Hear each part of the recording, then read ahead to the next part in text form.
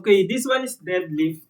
So, let's start with the body weight lang muna, no?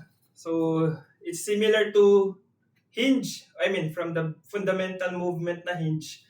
From here, you just go down and then come up. Okay?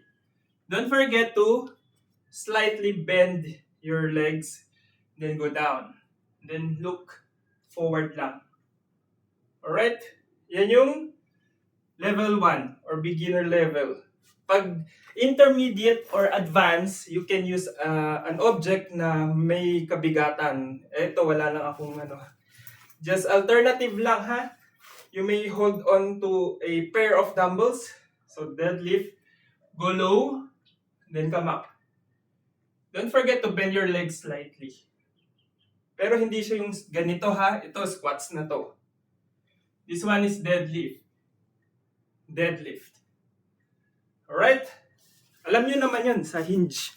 Yung hinge natin, tsaka yung squats, di ba the difference?